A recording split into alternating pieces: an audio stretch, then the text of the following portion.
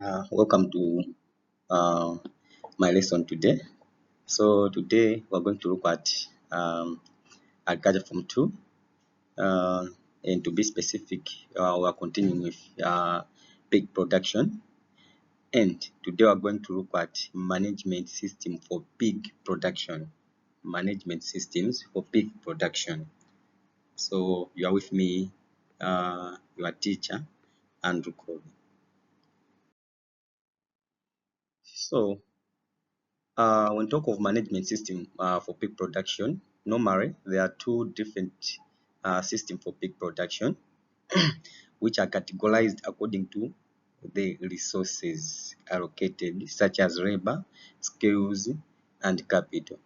For this, there are three systems of uh, rearing pigs, and these systems are extensive system, semi-intensive system, then we have got intensive system.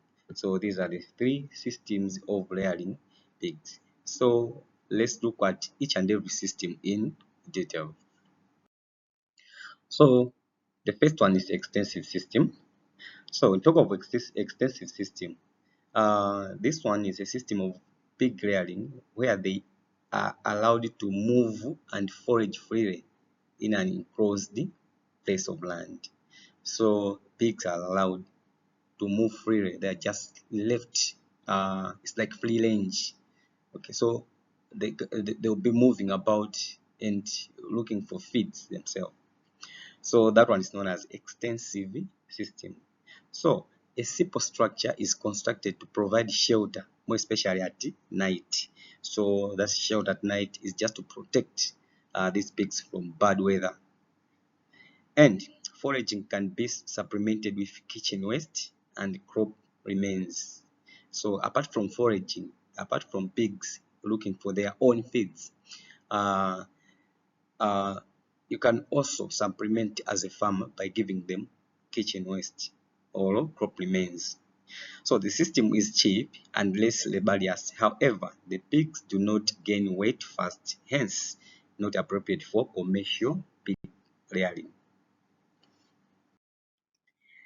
Then let's look at extensive system. It's continuation of extensive system. So this is just a picture to show you uh, how the system works. So you can see these pigs are just left uh, looking for their own feeds. Yeah, that's how extensive is. Then let's look at advantages of extensive system. So extensive system has the following advantages. So the first one talk of low capital investment. So just need low capital to start this extensive system. It does not require a lot of money. So does not require a lot of skills. You just leave the pigs moving about. So you don't require special skills if you compare to other systems.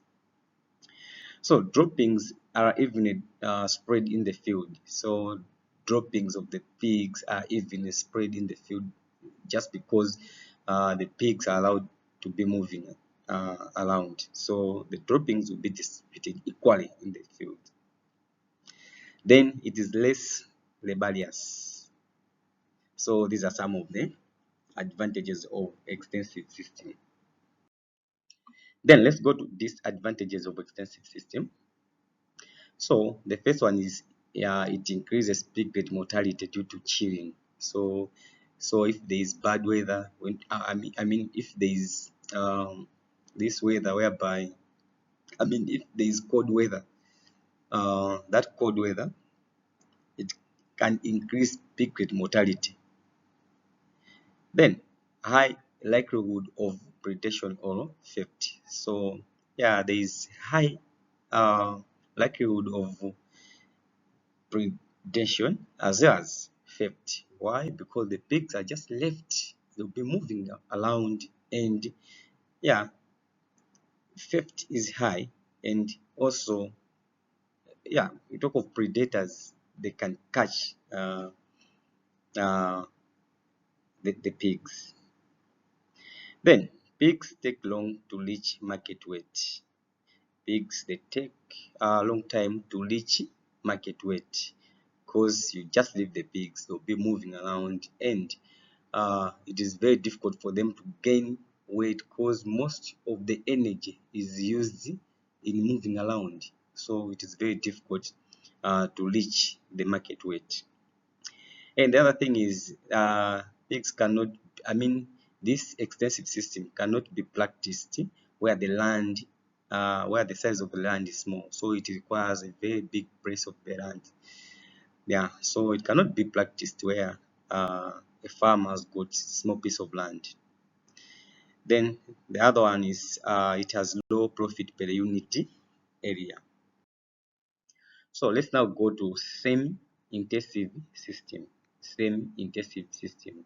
So this is a system that combines intensive and uh, extensive system of rearing pigs. So pigs are raised in pens and outside at different stages of growth. So when outside, they look for feeds, but by foraging, but those indoors are provided with sufficient feed, water, and other requirements. So the piglets and fattening stock are always kept indoors. So semi-intensive is just combination of intensive as well as extensive system. So just that pigs are sometimes are kept indoors depending on the stages uh, of the pigs. So that's same intensive system. Then we've got the last one, which is intensive system. So when talk of intensive system, the pigs are permanently kept indoors in a structure known as piggery. So they are provided with adequate feeds and water at all times. So this system is most appropriate for commercial pig rearing. So the pigs will be indoors. They are not allowed to go out. So everything is provided inside in that pig house. So that one is known as intensive system, and it's very appropriate, very good for commercial rearing. So the pigs put on weight faster than in other systems. So they gain weight faster as compared to other systems. It is easier to control parasites and diseases. So the pigs can also be easily managed. So this is intensive systems. So in this system, you can see the pigs there. These pigs are not allowed to go out. They'll just stay there for the rest of their life. So that's intensive system. Then let's look at advantages of intensive system. So the first one is intensive system can be practiced even on a small piece of land. So unlike extensive, intensive can be practiced on a small piece of land. Then it allows a high stocking rate. So intensive system, it allows high stocking rate. So these are advantages. Then pigs, they reach market weight very early. Pigs reach market weight very early because pigs are not allowed to go out. They'll not be moving around. Therefore, it is easy to gain weight. So yeah. Then pigs are secure against predation as well as theft. So there's high security of against predators as well as theft. So piglets are protected from adverse weather conditions, and also it has a high profit per unit area as compared to extensive. Then manure accumulates faster. Those are some of the advantages of intensive system. So let's look at disadvantages of intensive system.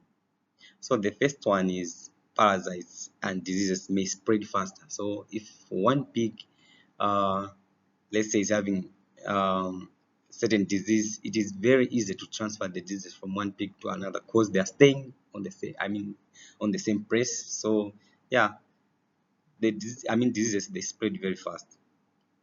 Then requires high capital investment. So there's for a farmer to start intensive system, you require high capital. You need to have high capital. Then it requires a lot of skills. So unlike extensive intensive system, it requires a lot of skills. Then it requires a lot of labor. So there'll be a lot of labor, unlike extensive system, because you have to provide everything in the piggery, and also if there is accumulation of manure, you have to remove uh, the manure. So in such a way, it requires a lot of labor. So let's look at this practical activity. So I've got this practical activity for you. So the practical activity is just about you have to visit a pig farm and identify pig breeds being reared. So visit a pig farm and identify breeds of pigs which are being reared there.